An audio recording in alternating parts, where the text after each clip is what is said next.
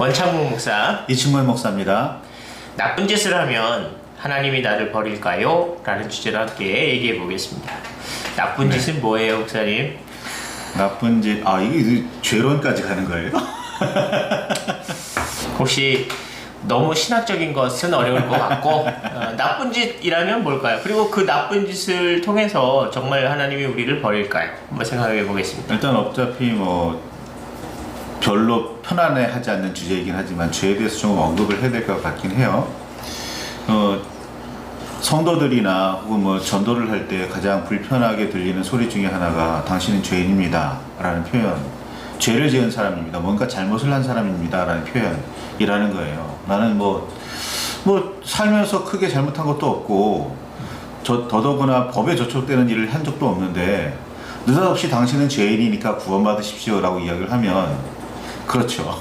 거부감부터 일어나겠죠. 그런데 교회에서 말하는 죄에 대한 개념은 약간 좀 달라요. 실정법을 어겼다라든지 어떤 사회에서 어떤 안 좋은 어떤 일을 했다든지의 개념보다는 그에 앞서서 하나님의 뜻을 어겼다라는 게 기본적인 전제입니다. 그게 하나님의 뜻을 어겼다, 하나님의 뜻에 반하는 어떤 일을 했다, 이것이 죄에 대한 그 개념이에요. 물론 하나님께서도 우리 일상생활에 해당하는 그런 일들도 전부 다 말씀하셔서 우리가 실정법으로 어기지 말아야 하는 그런 것들도 전부 다 명령을 하셨으니까 하나님의 뜻에 전부 다 해당하는 것이긴 한데, 기본적으로 성경이 말하는 죄의 개념은 하나님의 뜻을 어겼다, 하나님의 뜻에 대해서 반했다라는 개념이에요. 그렇기 때문에 하나님의 뜻을 어기거나 반했다라는 그런 관점에서 보면 하나님을 따르지 않는 모든 사람들은 다 죄인인 거죠. 근데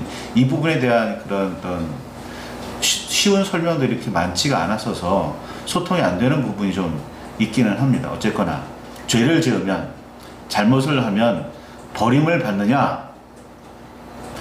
이 결론부터 말씀드리자면 버림을 만약에 받는다면 예수님께서 십자가를 지실 이유는 없는 거죠. 네, 인문학적이나 또는 신학적으로 죄의 문제를 다 거론하기에는 굉장히 시간적인 어떤 제한도 있겠죠. 그 모든 것을 다 얘기할 수는 없어도 분명히 나쁜 짓이라고 한다면 세상 사람들도 볼 때, 객관적인 시선으로 볼 때도 나쁘다라고 생각하는 어떤 짓이라고 생각을 한정해서 좀 본다면, 일단 나쁜 짓을 하면 나쁜 놈이죠. 이렇게 어렵지 않잖아요. 나쁜 짓을 했으니까 나쁜 놈인데, 그 나쁜 놈을 사람들과 하나님이 어떻게 보시는지 그 시각의 차이가 있다라는 것을 우린 좀 생각을 해봐야 될 것 같습니다. 사람들이 나쁜 짓을 한 나쁜 놈을 나쁜 놈이라고 부르는 이유는 정말 그의 행동, 그 행동을 통해서 그 사람이 나쁘게 보이기 때문에 그렇게 될 수밖에 없죠. 그런데 하나님의 입장에서 나쁜 짓을 한 그 놈도 사실은 하나님의 창조물에 의한 소중한 하나님의 자녀가 되어야 하는 사람인 겁니다. 그래서 죄를 졌음에도 불구하고 그를 품고 있으신 것이 주님의 사랑이죠. 그 이유 때문에 이제 목사님이 금방 말씀하신 대로 십자가 사건으로 어쨌든 주님께서 우리의 모든 죄를 대속하신단 말이죠. 그러니까 이 모든 것들 때문에 나쁜 짓을 한 놈도 나쁜 놈이긴 하지만 주님은 포기하지 않으셨다는 것, 그리고 기회를 다시 주셨다는 것은 분명한 보통 사람들과 주님의 차이는 있습니다. 그런데 그럼에도 불구하고 주님이 말씀하셨을 때 늘 세상법을 금방 이제 말씀을 하시긴 하셨는데, 법이라고 하니까 조금 어렵게 생각하거나 또는 무섭게 삭막하게 생각할 수도 있지만, 좀 더 달리 쉽게 말하자면 도덕과 윤리라고 생각을 해도 될 것 같아요. 그러니까 도덕과 윤리를 지키는 것이 필요하다. 바로 그것이 바로 주님의 뜻 중에 하나라는 거죠. 그러니까 우리가 세상에 반해서, 세상과 반대돼서 거부하며 산다라는 게 아니라 세상과 같이 어우러서 사는데 그 안에서 다른 사람들과 융화돼서 서로 화합하면서 그렇게 살아갈 수 있어야 되는데, 그렇지 못한다면 그건 이제 도덕과 윤리가 깨지거나 부딪히는 경우가 생기잖아요. 그러니까 그런 식으로 도덕과 윤리를 지켜내는 것도 필요하다라고 말씀을 하셨거든요.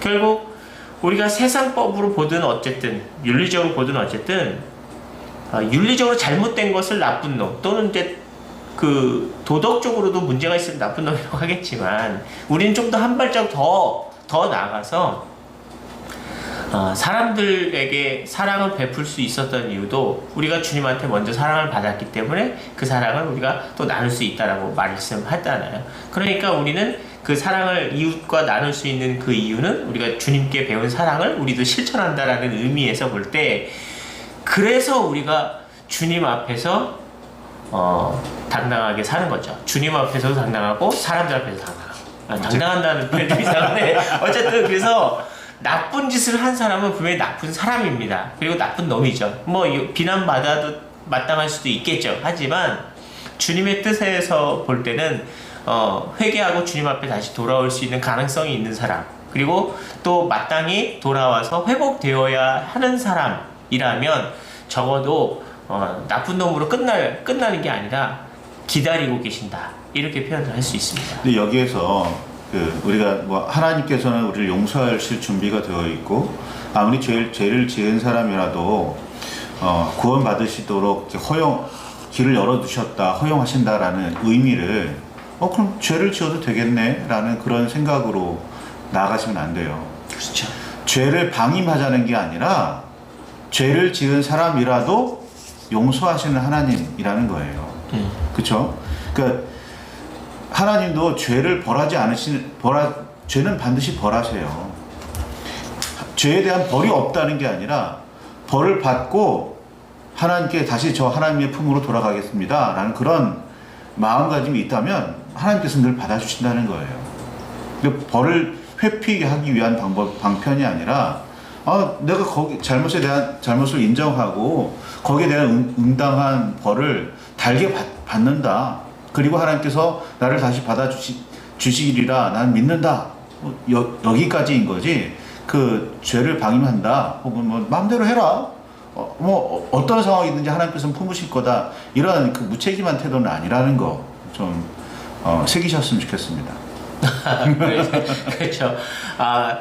결국에는 뭐 어쨌든 주님은 어떻게 하든 다 용서해 줄 테니까 마음대로 죄를 짓자, 뭐 이런 생각은 잘못됐다라고 지금 계속 강조하고 계신데, 어쨌든 죄의 문제에 있어서 주님은 관대한 것이 아니라 죄의 문제에 있어서 기회를 주고 계시고 기다리고 계신다는 의미로 받아들여야 한다는 말씀을 드립니다. 버림받는다라는 게 뭐 다시는 용서하지 않겠다. 넌 절대로 난 다시는 사랑을 베풀지 않겠다. 이런 의미는 아니라는 거예요. 하나님은 그만큼 우리를 사랑하고 계시고 하나님은 그만큼 우리를 간절히 기다리고 계신다는 것 사실 좀 기억하셨으면 좋겠습니다. 그러니까 나쁜 짓을 하면 하나님이 우리를 포기한다는 얘기를 우리가 더 이상 구원받을 가능성이 없다라고 생각하시고 심판을 내리신다라는 개념으로 볼 때는 그 문장 자체는, 그 질문 자체는 잘못된 거죠. 근데 어쨌든 주님은 나쁜 짓을 한 우리를 지옥으로 재판 끝? 이렇게 하신 건 아닌데, 하지만 그럼에도 불구하고 나쁜 짓을 우리는 하지 않도록 해야 되고, 정말 실수해서 나쁜 짓을 했었더라도 포기하고 인생을 포기하고 이렇게 비극적인 선택을 할 필요가 없이 다시금 회개하고 돌아와야 한다는 것을 강조하고 싶네요. 어차피 사람인 우리는 죄를 짓지 않을 수가 없어요. 뭐 도덕이든 윤리든 혹은 실정법이든 혹은 하나님의 뜻이든 간에 우리들은 죄를 짓지 않을 수가 없는 사람들이 어떤 뭐 사소한 거든 큰 거든 어떤 방식으로든 죄를 지어요. 누구나 다 깨끗한 사람은 없단 말이에요. 딱 흑백 논리에 딱 해서 넌 죄를 지었으니까 무조건 멸망, 너는 죄를 안 지었으니까 무조건 구원, 이런 식은 아니라는 거. 오히려 하나님께서는 기다리고 계신다는 거 기억하셨으면 좋겠습니다. 하나님 마음이 넓으신 분이십니다. 네, 정리하겠습니다. 나쁜 짓을 하면 하나님이 우리를 포기하실까요? 포기하지 않으십니다. 하지만 중요한 건 나쁜 짓을 일삼아 버리면 안 된다는 것. 그리고 나쁜 짓을 했다고 해도, 그래도 나쁜 짓을 했다 해도 우리 인생을 우리 스스로 포기하지 말자는 것. 주님은 언제나 기다리시고 언제나 받아주실 의향이 있으시다는 것. 그리고 십자가의 은혜를 주신 은혜는 우리가 잘못을 했어도 늘 주님 앞에 돌아오기를 원하시고 계신다는 사실을 우리는 기억해야 할 것입니다. 여러분, 나쁜 짓 혹시 했어도 주님 앞에 오십시오. 주님이 늘 품어주실 것입니다. 시청해주셔서 감사합니다. 너무 신학적으로 갈 뻔했어.